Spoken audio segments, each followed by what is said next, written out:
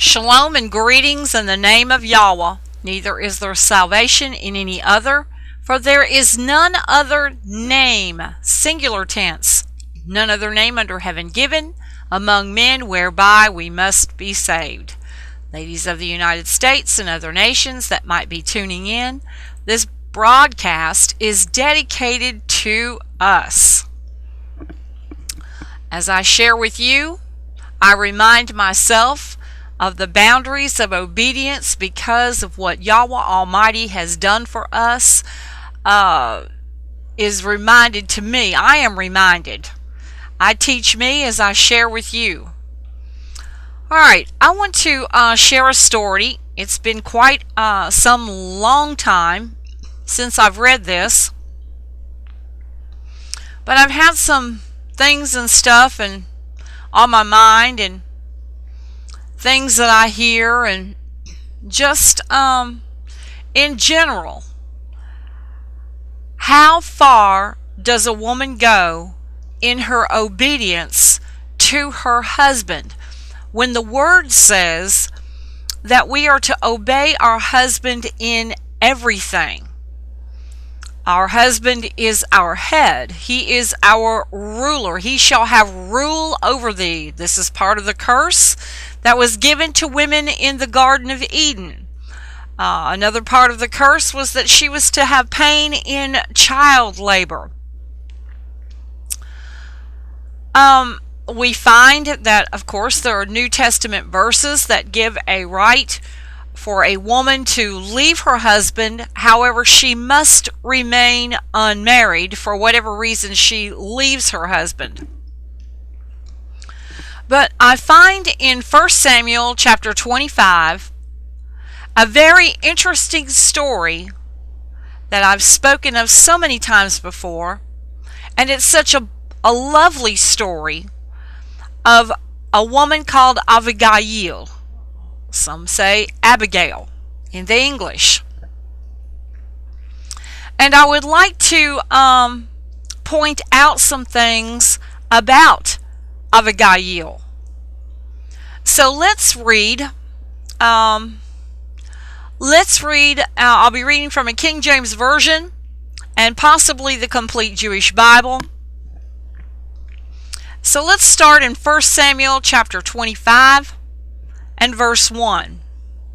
Alright, it says, "And Shemuel died, and all the Israelis were gathered together and lamented him, and buried him in the house of Ramah. And David arose and went down to the wilderness of Paran. And there was a man in Maon whose possessions were in Carmel. And the man was very great, and he had 3,000 sheep and 1,000 goats, and he was shearing his sheep in Carmel." Notice, this man was very great. Their wealth was measured by how many sheep and goats that they had. What about that? Next verse. "Now the name of the man was Nabal, and the name of his wife Abigail." Now I want you to listen to the character traits of these two people, because this is going to mean a lot. Alright, again. "Now the name of the man was Nabal, and the name of his wife Abigail." Now Nabal, in the Hebrew, his name means fool. Nabal means fool. And the name of his wife, Abigail, her name means my father is joy. So just their names right there gives you a little hint of something. Alright, let's read on here a little bit. "And she was a woman of good understanding, and of a beautiful countenance. But the man was churlish and evil in his doings, and he was of the house of Calebi. Alright. Now, I want to read you the Complete Jewish Bible of this same verse. "The man's name was Nabal, and his wife was named Abigail. The woman was intelligent and attractive, but the man was surly and mean in his actions. He belonged to the clan of Caleb." All right, now let's examine these words of their characteristics. Let's scrutinize it, okay? Abigail, my father is joy. That's what her name means. All right. She was a woman, female gender, of good understanding. All right. Of course, this word good means pleasant, agreeable. She was kind. She was happy. She was precious. That's what this word good means in the Hebrew. The Hebrew root word is tov. All right. She was a woman of good understanding. Okay, the Hebrew word for understanding is sekel. And sekel means she was prudent. She had good insight and good sense. She was cunning and crafty in a good sense. All right. She was a woman of discretion. She was a woman of wisdom. And she was wise. Now, let's get into the next part of this verse. But the man was churlish and evil in his doings, and he was of the house of Caleb. All right, let's look at this word churlish. This word churlish gets into the Hebrew root word kasheh. All right, kasheh means this man was hard, he was cruel, he was severe and obstinate, difficult, he was severe, he was fierce, he was intense, he was vehement, he was stubborn, he was stiff of neck or stiff neck. All right, he was grievous and hard-hearted. All right, he was cruel. All these words pertain to the word churlish. Now, you could probably see why Abigail, who was a beautiful woman, would have to have wisdom with a man like this. All right? He was not only churlish, but he was evil in his doings. He was mean in his actions. He made people miserable. He was wicked. All right, let's read on. Now keep this in mind because these words are going to play a very important part in how this woman behaved herself with this type of a man. Verse 4, and David heard in the wilderness that Nabal did shear his sheep. And David sent out 10 young men, and David said unto the young men, get you up to Carmel, and go to Nabal, and greet him in my name. And thus shall ye say to him that liveth in prosperity. Okay, this was a wealthy man. He was an old grumpy man. This is how you greet him. Peace be both to thee, and peace to thine house, and peace be unto all that thou hast. Shalom to everything. And now I have heard that thou hast shearers. Now thy shepherds which were with us, we hurt them not, neither was there aught missing unto them all the while they were in Carmel. All right. Nabal has his herds grazing where David's men are. And he says, nothing was bothered of your flocks while we were there. As a matter of fact, they watched over them so no one else would hurt them. Verse 8, ask thy young men, and they will show thee. Wherefore let the young men find favor in thine eyes, for we come in a good day. Give, I pray thee, whatsoever cometh to thine hand unto thy servants and unto thy son David. All right, he's asking for something to eat to bless his men. And he knows that this is a wealthy man. And he's asking of him victuals. Verse 9, and when David's young men came, they spake to Nabal according to all those words in the name of David, and ceased. And Nabal answered David's servants and said, who is David? And who is the son of Jesse or Yeshua? Who is this man? There be many servants nowadays that break away every man from his master. Okay, he knew that David had served King Saul, and he knew what had happened, so he's already established an opinion of David. Verse 11, shall I then, now this is a very wealthy man, shall I then take my bread and my water and my flesh that I have killed for my shearers and give it unto men whom I know not whence they be? Listen to that. So David's young men turned their way and went again and came and told him all those sayings. And David said unto his men, gird ye on every man his sword. And they girded on every man his sword, and David also girded on his sword. And there went up after David about 400 men, and 200 abode by the stuff. Verse 14.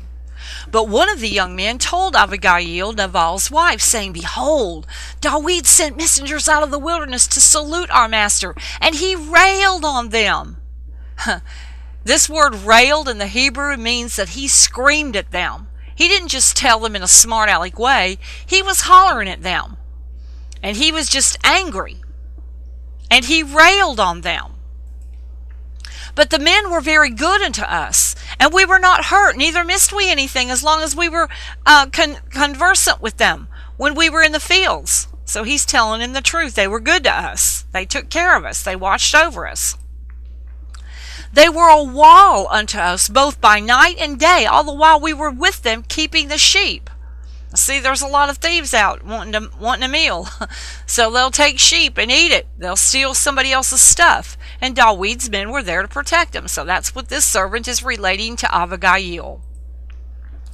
Now therefore know and consider what thou wilt do, for evil is determined against our master and against all his household. For he is such a son of Belial that a man cannot speak to him. All right, let's examine this verse right here. 1 Samuel 25 and 17. Now therefore know and consider what thou wilt do. Now these are the servants coming to Abigail. They know what kind of man this is. Can you imagine how he probably treated his servants? All right, the evil's determined against our master. They're upset. They don't want their master hurt. Now look, these men probably served him as unto Yahweh. No matter how he was, you know, the scriptures talks about the well of writing, talks about the new blood covenant, about servants serving their masters, to serve the good and to serve the froward or the mean and hateful and nasty as unto Yahweh. And that's what these servants were doing. And they were coming to tell his wife so that she could do something to protect them. So they're saying to her, for he is such a man of Belial, or Belial, which means he's such a man of worthlessness. He's such a man of good for nothing. He's such a man of unprofitableness. He's such a base fellow. He's such a wicked fellow. He's such a man of a destructive sort. This is such an ungodly and a naughty and an evil man. That's what this son of Belial means. The servants knew what kind of man this was. His wife especially probably knew. She lived day in and day out with this kind of man. And he says that a man cannot even speak to him. In other words, he don't even desire to talk. He's an ungodly, wicked man. But his wife was wise. So listen to what she does. Verse 18. Then Abigail made haste. I mean, she jumped on it. She made haste and took 200 loaves and 2 bottles of wine. Now, this was a wealthy man, her husband. And 2 bottles of wine and 5 sheep ready dressed, and 5 measures of parched corn, and 100 clusters of raisins, and 200 cakes of figs, and laid them on asses. Here she is. She's off to feed them. They asked for food. She's taking it to them. And she said unto her servants, go on before me. Behold, I come after you. But she told not her husband Nabal yet. Now, that's not what the scripture don't say yet. I'm saying yet. She didn't tell her husband what she was going to do, but she didn't hide it from him either. She wasn't sneaky. She did what she had to protect her household. She was protecting the life of her husband. This mean, old, nasty, hateful man that nobody can even talk to. She protected him. Verse 20. Now this is an excellent story. And so it was, as she rode on the ass, that she came down by the covert of the hill, and behold, David and his men came down against her, and she met them. Now David had said, Surely in vain have I kept all that this fellow hath in the wilderness, so that nothing was missed of all that pertained to him, and he hath requited me evil for good. He's upset with him. King David is upset. So and more also do Elohim unto the enemies of David, if I leave of all that pertaineth to him by the morning light any one that shatan against the wall. I despise this word. It's Pisseth, of any that pisseth against the wall. This is the Hebrew root word shatan. Alright, he's upset. He's out to kill everybody in that whole household because he was rendered evil for good. Verse 23. And when Abigail saw David, she hasted and lighted off the ass and fell before David on her face and bowed herself to the ground and fell at his feet and said, Upon me, my Adonai, upon me let this iniquity be, and let thine handmaid, I pray thee, speak in thine audience, and hear the words of thine handmaid.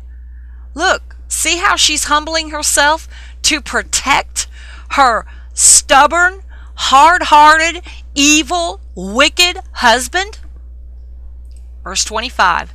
Let not mine Adon, or my Lord, I pray thee, regard this man of Belial, even Nabal, for as his name is, so is he. She knows what his name means. For as his name is, so is he. Nabal, fool is his name, and folly is with him. But I, thine handmaid, saw not the young men of my Lord, or my Adon, whom thou didst send. Now therefore, my Adon, as Yahweh liveth, and as thy soul, by the way, for you that's tuning in for the first time, every time I see uppercase L-O-R-D, uppercase G-O-D, and the errors of Jehovah and Jesus, I will properly put back where humans have removed the name of Yahweh. Okay, so going back here to 1 Samuel 25, verse 26, there's this uppercase L-O-R-D twice in this sentence. So she says, Now therefore, my Adon, as Yahweh liveth, and as thy soul liveth, seeing Yahweh hath withholden thee from coming to shed blood, and from avenging thyself with thine own hand, now let thine enemies, and they that seek evil to my Adon, be as Nabal. And now this blessing which thine handmaid hath brought unto my Adon, let it even be given unto the young men that follow my Adon, my Adonai. I pray thee, forgive the trespass of thine handmaid. Notice, she is assuming all the blame for her stubborn, fierce, hard-hearted, stiff-necked, cruel husband. She is assuming the blame. Forgive the trespass of thine handmaid, for Yahweh will certainly make my Adonai a sure house, because my Adonai fighteth the battles of Yahweh, and evil hath not been found in thee all thy days. This is what she's speaking to King David. Verse 29. Yet a man is risen to pursue thee and seek thy soul, but the soul of my Adonai shall be bound in the bundle of life with Yahweh thy Elohim. And the souls of thine enemies, them shall he sling out as out of the middle of a sling.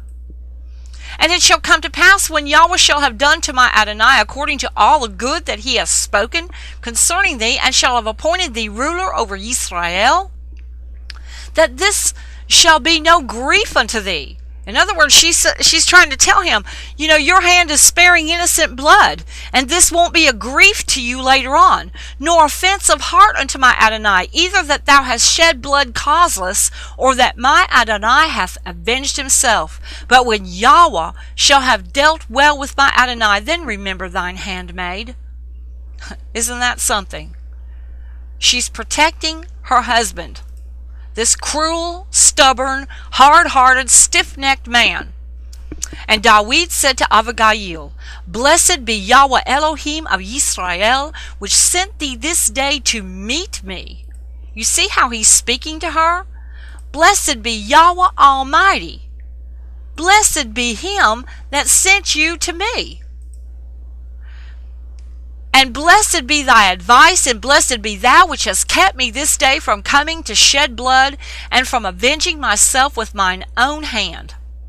For in very deed, as Yahweh Elohim of Israel liveth, which hath kept me back from hurting thee, except thou had hasted and come to meet me, surely there had not been left unto Nabal by the morning light any that shattah against the wall.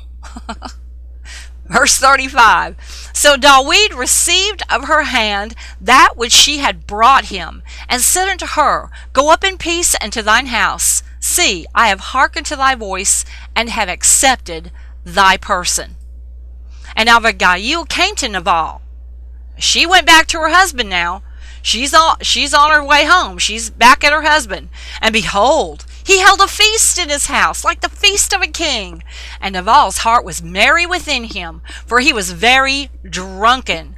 Wherefore she told him nothing, less or more, until the morning light. She knew that there wasn't no sense in talking to a drunk. She knew there was no sense in talking to him. Drunkenness perverts people's spirits. That's why Yahweh talks about, not being drunk. Verse 37. But it came to pass in the morning, when the wine was gone out of Nabal, and his wife had told him these things, that his heart died within him, and he became as a stone. Listen to the complete Jewish Bible. It says, in the morning when he was sober, and his wife told him what had happened, she did not hide it from him. She was a brave woman. He had a stroke and became as motionless as a stone. All right. But the Hebrew doesn't say that he had a stroke. It doesn't say that. It said his heart died within him, and he became as stone. In other words, this stiff-necked, hard-hearted man, you'd already thought that he was as a stone, that his heart was already as a stone. He was so angry that he could not stand it. He was in a place, and let me read this to you. When it says that his heart died within him, this does not mean a stroke in the Hebrew. So the complete Jewish Bible missed it here. Because this word heart is just pertaining to just what it is. It can pertain to the heart of the reflection of the moral sense of character. His heart died. In other words, his conduct and everything went as stone.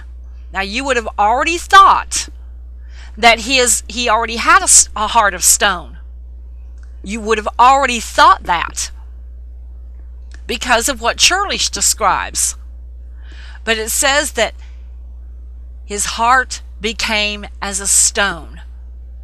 And the next verse says, and it came to pass about 10 days after that Yahweh smote Nabal, that he died. All right, Yahweh smote him. Yahweh slayed him. And he died a real death. So, some of y'all need to watch your translations. It's best to get into the actual Hebrew. Now, there are Hebrew Bibles that have the English off to the side, but the best Hebrew version that I have found are the Hebrew Bibles, and I've only found one thus far. I'm sure there's probably others out there that have the exact Hebrew, or have the exact English directly under the Hebrew. So when you're reading from right to left, you're speaking in like broken English, and you don't miss anything. It gets very specific. And whereas the ones that have the Hebrew and then the English on the side, it kind of misses some things. So I like to dig into the Hebrew. Notice, and it came to pass about 10 days after that Yahweh smote Nabal, that he died. Now, I want to consider a few things. Number one, this man, we don't know what happened to Abigail. He was already cruel. He was already stiff-necked and hard-hearted. And when she told him what she had done, his heart went as stone. He didn't have a heart attack because the Hebrew don't bring that out. If you look at the actual Hebrew words within the Hebrew verse, all right, he died. Yahweh killed this man. We don't know what happened to Abigail those 10 days. There's not a record of it that I know about. Maybe Israelis somewhere have history on this. Maybe he beat her. We don't know what he did to her. But you don't find a record of her leaving her stiff-necked, cruel, hard-hearted husband. You do not find a record of that. Now, I said all that, read all these verses to you to tell you this. I have heard a woman in Yahweh sit in my house and tell me that she wasn't going to lay over like no dead dog for no man. This is what she said in front of her husband. The statement was even made.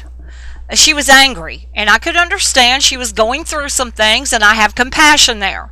I've been there myself, but I watch what I say, because I know the Word teaches me that Abigail was Nabal's doormat, because she further on went on to say at another point in time, I'm not going to be no man's doormat. Okay, Abigail is our prime example of a doormat, so to speak. But you find that in her humility, she found favor in Yahweh, because she protected, this doormat protected her cruel, fierce, stubborn, hard-hearted husband and all of her household. Great story.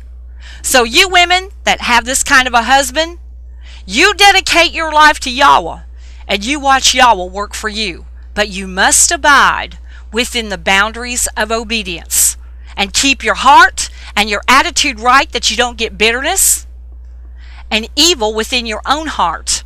You serve your husband as unto Yahweh. I got to make some announcements. If you want to know why Yahweh is the only name of your God and Mashiach, please write to Jerry or Kathy. We mail out free audio CDs and scriptural literature on why your God's name is Yahweh and his Mashiach is the same name, Yahweh. Again, write to Jerry or Kathy. Our mailing address is 775 McDonald Road. Again, 775 McDonald Road, Covington, Georgia. That's Covington, Georgia, the United States of America, Georgia, for those of you out of the country. Our zip code is 30014. Again, 30014. Or we invite you to call us at 770-784-0703. That number again is 770-784-0703. If you have internet access, we invite you to visit our website and re-listen to all of our radio broadcasting, and you may watch my husband teach from the King James Version and the Hebrew Scriptures how that the name of Yahweh has been removed from his word. Go to the site www.yahweh. You must spell it Y-A-H-W-A-H. Yahweh with a little hyphen. You have to put that little hyphen in there. Ministries.org. That's Yahweh, Y-A-H-W-A-H, with a little hyphen, ministries.org. The purpose of my broadcast is to provoke women to study, provoke women to know the Scriptures. There's coming evil upon this nation soon and very soon. It's already been happening for over the last quite a few years. And where are you? Where are you in your supposedly righteous standing in the Word? Are you walking in complete obedience or disobedience? And do you know that your only God and Mashiach is only named Yahweh and nothing else? It's time to search the scriptures, ladies. Until next week, shalom.